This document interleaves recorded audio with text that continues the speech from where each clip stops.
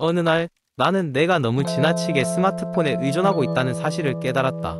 아침에 잠에서 깨어난 직후부터 잠들기 직전까지 스마트폰 화면을 들여다보는 시간이 점점 늘어났다. 이메일 확인, SNS 탐색, 뉴스 기사 읽기 등 스마트폰 활용은 점점 늘어났고 나는 그 과정에서 점점 더 나의 일상에 집중하기 어려워졌다.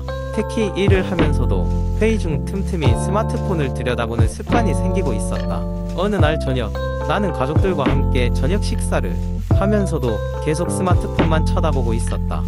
그때 내 어린 조카가 나를 보고 말했다.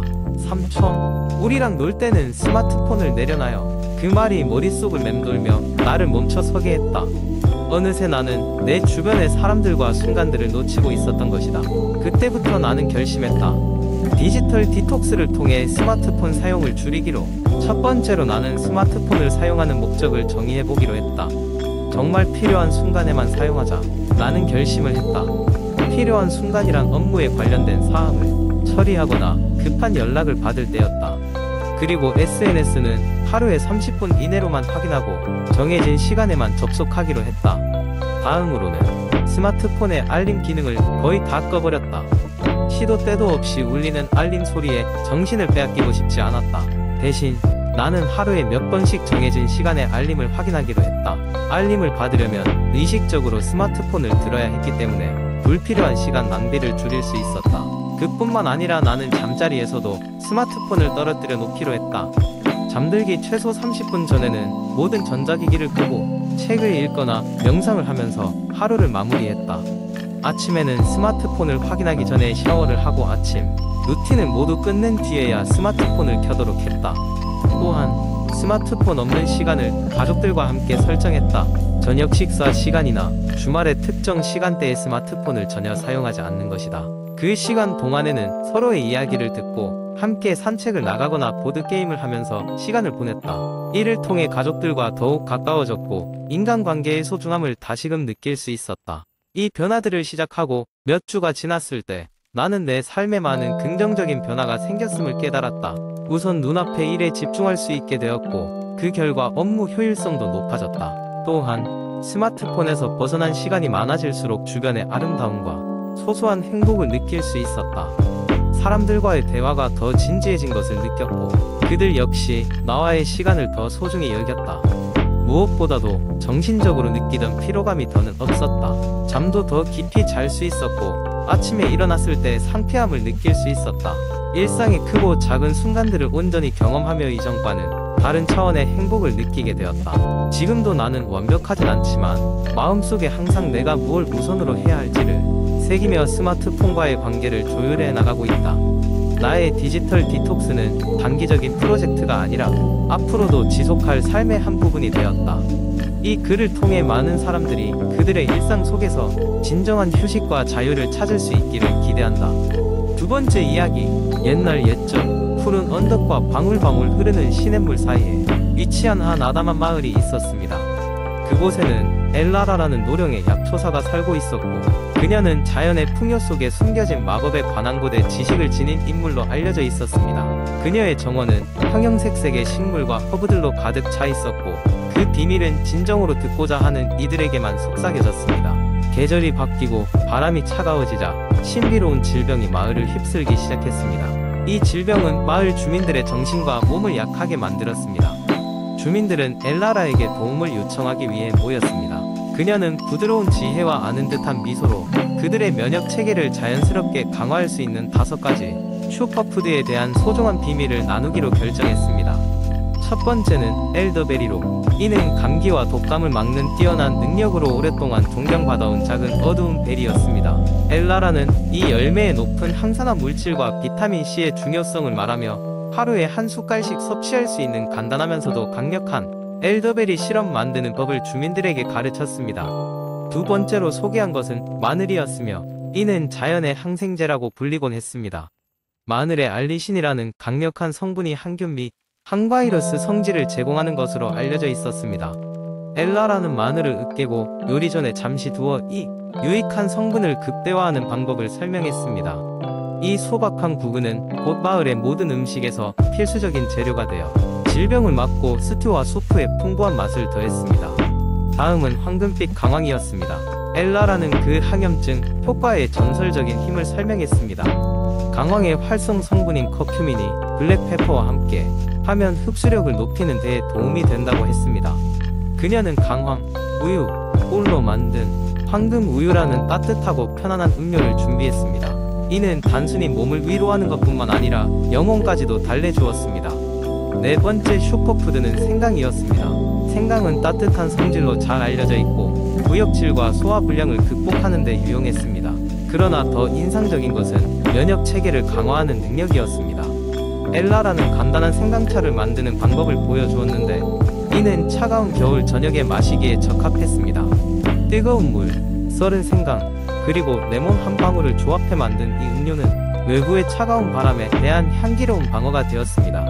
마지막으로 소개된 것은 그린 퀸으로 알려진 케일이었습니다.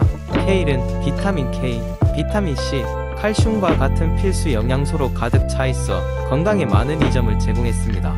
엘라라는 주민들에게 마늘과 함께 붓거나 스무디에 섞어 섭취하도록 권장했습니다. 주민들이 이 슈퍼푸드를 받아들이면서 놀라운 변화가 시작되었습니다. 그들의 기침은 잠잠해지고 발걸음은 늘어나며 미소가 돌아왔습니다. 퍼져 있던 우울함은 거두어지고 수년 만에 본 적 없는 활기 넘치는 모습으로 대체되었습니다. 이 마을의 회복 소문은 멀리 퍼져 이웃 마을의 사람들까지 엘라라의 지혜를 찾으러 찾아오게 되었습니다. 계절이 지남에 따라 엘라라의 정원은 그 어느 때보다 더 풍성해졌습니다. 그녀의 인도로 마을은 건강을 회복했을 뿐만 아니라 자연과의 깊은 연결을 형성하게 되어 지구의 놀라운 선물에 대한 존경과 감사의 마음이 생겨났습니다. 이렇게 이 놀라운 슈퍼푸드의 힘을 통해 작은 마을은 번창하였고 인류와 자연 세계 간의 지속적인 조화를 증명하는 이야기가 되었습니다. 세 번째 이야기, 내가 인터미턴트 패스팅에 대해 처음 들었을 때는 친구들과의 모임 자리였다. 여느 때처럼 다이어트와 운동에 대한 이야기가 나오던 중 친구 중 한 명이 그녀가 최근에 시작한 이 새로운 방법에 대해 설명하기 시작했다. 인터미턴트 패스팅, 즉 시간 제한 다이어트는 일정 시간 동안 음식 섭취를 제한하고 나머지 시간에는 아무것도 먹지 않음으로써 체중 감량과 건강이 개선된다고 주장했다. 당시 나는 여러가지 다이어트를 시도해봤지만 번번이 실패로 돌아갔기 때문에 이 방법도 회의적인 시각으로 바라봤다. 하지만 친구가 실제로 살이 빠지고 건강이 좋아진 모습을 보니 나도 도전해봐야겠다는 생각이 들었다. 인터미턴트 패스팅의 핵심은 16/8 방식이었다. 이는 하루 24시간 중 16시간은 공복 상태를 유지하고 나머지 8시간 동안 식사를 하는 방식이다. 이런 방식이면 아침을 패스하고 점심부터 저녁까지만 음식 섭취를 하면 되는 것이다. 처음에는 아침을 먹지 않는 게 힘들 것 같아 두려웠다. 아침을 먹어야 하루를 시작할 수 있다는 고정관념이 있었기 때문이다. 그러나 몇 주가 지나고 아침이 아닌 물과 커피로 하루를 시작하면서 몸이 조금씩 적응하기 시작했다. 가장 큰 변화는 체중계의 숫자가 점차 줄어들기 시작했다는 점이었다. 처음엔 1에서 2kg 감소로 시작했지만 체내 염증이 줄어드는 느낌과 함께 지속적인 변화가 일어났다. 단순히 체중 감량뿐만 아니라 집중력이 향상되고 하루 종일 에너지가 넘쳤으며 무엇보다도 정신적으로 안정감이 생겼다. 몸이 자연스럽게 음식을 소화하고 휴식을 취하는 시간을 주니 마치 몸의 정화장치가 재작동하는 느낌이었다. 인터미턴트 패스팅을 지속하면서 가장 중요한 것은 일관성과 유연성이었다. 때로는 사회적 활동이나 가족 모임 때문에 식사 시간을 유연하게 조정해야 할 때도 있었지만 이 방식의 가장 큰 장점 중 하나는 유연성이라는 점이었다. 철저하게 지키지 않더라도 다시 패턴을 가져가면 어느새 몸이 그 리듬에 적응한다는 것이었다. 이제 몇 달이 지난 지금 나는 단순히 외형적으로 체중이 줄고 건강해진 것뿐만 아니라 생활 전반에 긍정적인 변화가 있었음을 느낀다. 내 주변 사람들도 나의 변화를 인정하고 있으며 그들 또한 시간 제한 다이어트에 도전해 보고 싶다는 의지를 보이고 있다. 내가 직접 경험해본 인터미턴트 패스팅은 단순한 다이어트 방법을 넘어 생활 방식의 전환을 의미한다고 생각한다. 갈수록 바빠지는 현대 사회에서 시간 제한 다이어트는 몸과 마음을 건강하게 유지할 수 있는 강력한 도구가 될 것이다. 네 번째, 이야기 바쁜 현대인의 삶 속에서 우리는 종종 스트레스와 불안에 시달리게 됩니다. 이러한 문제를 완화하기 위해 명상은 매우 효과적인 도구로 떠오르고 있습니다.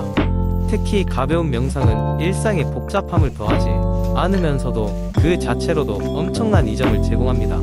가벼운 명상은 하루 중 잠깐의 시간을 할애하여 마음의 평화를 찾는 방법입니다. 특별한 장비나 준비물이 필요 없으며 단지 자신이 편히 앉거나 눕는 것으로 시작할 수 있습니다. 이 명상은 집중력과 인내심을 기르는 명상을 넘어 단순히 존재하는 것을 배우는 것에 더 가깝습니다. 단 5분이라도 자신에게 휴식을 주고 숨을 고르고 생각을 가라앉히는 시간을 가지는 것이 가벼운 명상의 시작입니다. 명사의 시작은 간단합니다. 조용한 장소를 찾고 편안한 자세를 취하세요. 눈을 감고 천천히 숨을 들이마시고 내쉬면서 몸이 이완되는 느낌을 얻어보세요. 이때 중요한 것은 생각이 무언가를 하려고 노력하지 않고 그냥 존재함을 느끼는 것입니다. 조용히 귓가를 맴도는 자연의 소리나 자신의 숨소리에 집중해보세요. 처음에는 온갖 생각이 몰려오겠지만 그것을 억지로 떨쳐내려 하지 말고 그냥 흘려보내는 연습을 해보세요. 꾸준히 가벼운 명상을 실천하면 다양한 효과를 경험할 수 있습니다. 첫째로 스트레스가 감소하고 불안이 완화되면서 정신적 안정감이 높아집니다. 둘째로 집중력이 향상되어 작업의 효율이 올라가고 더 나아가 창의력까지 증진될 수 있습니다. 또한 감정 조절이 용이해져 부정적인 감정 상태에서 벗어나게 됩니다. 튼튼한 나무가 작은 싹에서부터 시작되는 것처럼 가벼운 명상은 일상에서 작은 변화를 시작할 수 있는 원동력이 됩니다. 명상이 불필요한 부담이 아닌 필수적인 여유의 수단으로 자리 잡게 되면 삶의 질이 전반적으로 개선됩니다. 조용히 앉아 몇 번의 심호흡을 하는 것만으로도 마음의 고요함을 느껴보세요. 간단한 시작이지만 그 효과는 경이롭습니다.